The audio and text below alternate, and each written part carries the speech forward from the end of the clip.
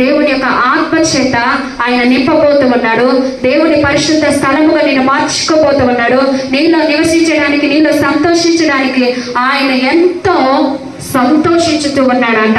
త్వరగా మనం అందరం తలలు వంచి మోకరించి 2 చేతులు ఎత్తి ఆయనను స్తుతిద్దామా? మనసారా నువ్వెక్కడికి వెళుతున్నావు సహాయానికి?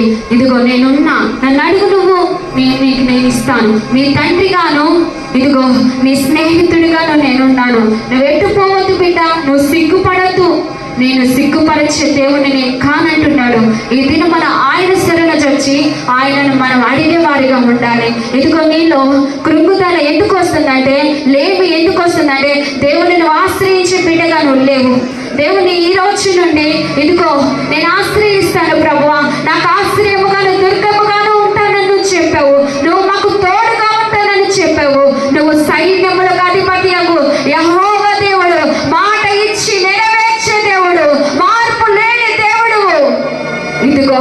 ఇదిగో ప్రేమైన దేవుని బిడ్డారా, దేవుని సహోదరి సహోదరులారా, దేవుడు మీకు సెలవిస్తున్నాడు.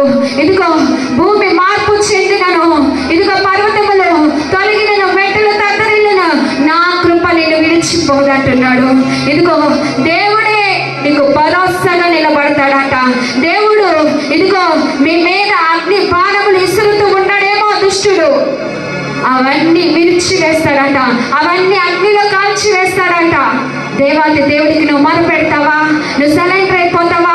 ఇదిగో కోరాకు కుమారుడు దేవుణ్ణి ముందు పెట్టి ఆయన మొర పెడుతూ ఉన్నాడు. దేవాది దేవుడు మొర పెడుతూ ఉన్నాడు. ఇదిగో మాకు నువ్వు తోడుగాను, ఆశ్రయముగాను, మాకు దుర్గముగాను ఉన్నావయ్యా. మా ఆపత్ కాలంలో నమ్ముకొనదగిన సహాయకుడివి. నువ్వు తప్ప నాకెవరు లేరు. నేనెవరిని నమ్మను ప్రభువా. ఇదిగో కొన్ని సమయాలలో మనము మనుషులు నమ్మి మోసపోతున్నామేమో. అందుకే దేవాది దేవుడు ఈ దినము సెలవిస్తూ ఉన్నాడు, నువ్వు నన్ను నమ్ముకుంటే నీ చెయ్యి నేను విడువను అని దేవుడు సెలవిస్తూ ఉన్నాడు. ఈ దినము నుండి ఎవరి సహాయమును అడగాల్సిన అవసరం లేదు. దేవుని తోటి నువ్వు కనులెత్తు, నీ చేతులెత్తు, నువ్వు మొరపెట్టు. నీ కంఠ స్వరాన్ని, నీ కంఠ ధ్వనిని ఆయన వింటూ ఉన్నాడు. ఇదిగో ఆరాధించేటప్పుడు ఆయన